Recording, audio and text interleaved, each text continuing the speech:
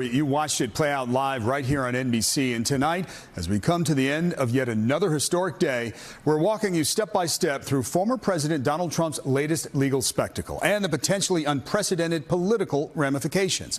That includes his not guilty plea to the 37 felony counts alleging he mishandled classified information and obstructed investigators. But we start tonight with the former president's public response. News 4's Checkey Beckford kicks off our team coverage. She's live in Bedminster, New Jersey. Checkey. And David, we expected the president to make those comments tonight, as he has after other court appearances that he's had recently.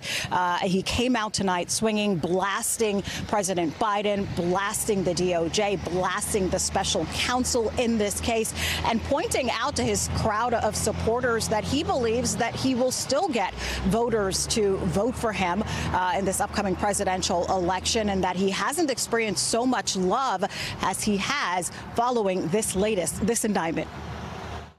They ought to drop this case immediately. The former president coming out swinging tonight, blasting his indictment on Espionage Act-related charges. Today we witnessed the most evil and heinous abuse of power. As expected, Trump blasting President Biden for the charges brought by an independent special counsel.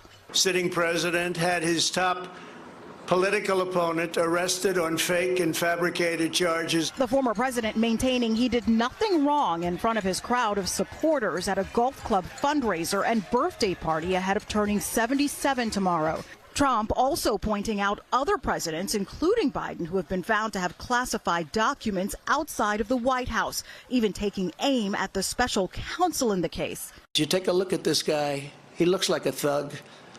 But then I watched him make a speech the other day, and he was trembling because it wasn't his territory. He feels much safer in the inner sanctums of the Department of Injustice. Trump's backers waited near his golf club to show their continued support despite his legal woes. I would take a bullet for Donald Trump. I would die for Donald Trump. But other voters say their support is no longer guaranteed. Would this keep you from supporting him in next year's election? It all depends on the outcome. And tonight's fundraiser/birthday party was planned long before the indictment came down. His campaign expecting this to raise about $2 million, with many more of these fundraisers expected across the country in the coming months. We're live in Bedminster. Checkey Beckford, News 4, New York.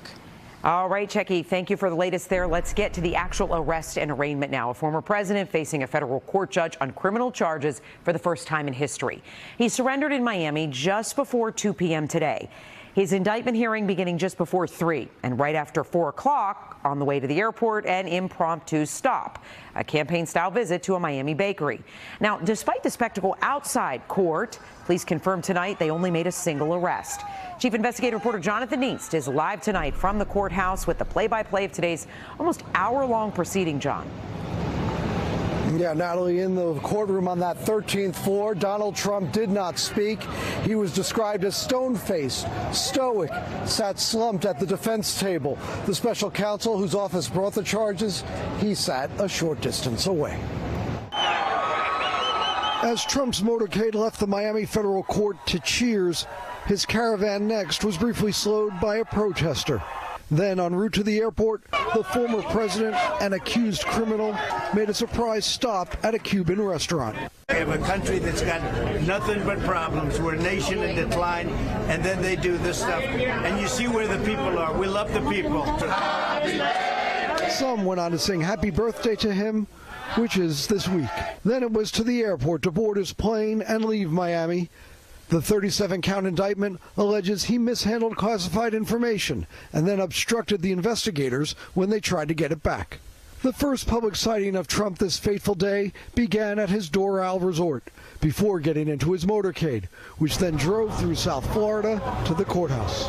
Along the way, Trump posting one of the saddest days in the history of our country. A crush of media, a small army of police, including rooftop SWAT teams, on hand, as were Trump supporters. I think he's being unjustly accused. No cameras allowed inside federal courts. The president was processed like any other federal defendant, including having a digital fingerprint scan and a file photo to be used as a so-called mugshot. His aide, Walt Nada, was in court too. He's charged for allegedly helping to hide the documents. During the hearing, Trump sat with his arms tightly crossed. The hearing lasted about an hour. He left it to his attorney to say, "We most certainly enter a plea of not guilty." Special counsel Jack Smith was in the courtroom. His office alleges boxes, some which contained classified information, were kept at Mar-a-Lago in storage rooms, a ballroom, and a bathroom. And that on an audio recording from 2021, Trump allegedly acknowledged at least one document was still classified, saying, quote, "As president, I could have declassified it, and now I can't." Trump continues to say he declassified documents before leaving the White House. As president, I have the right to declassify. The magistrate judge agreed to release the former president without bail conditions. He is free to travel and campaign and work on his criminal defense.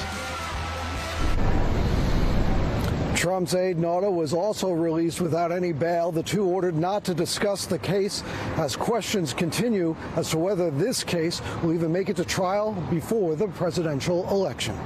Live outside Miami Federal Court, Jonathan Dienst, News 4 New York.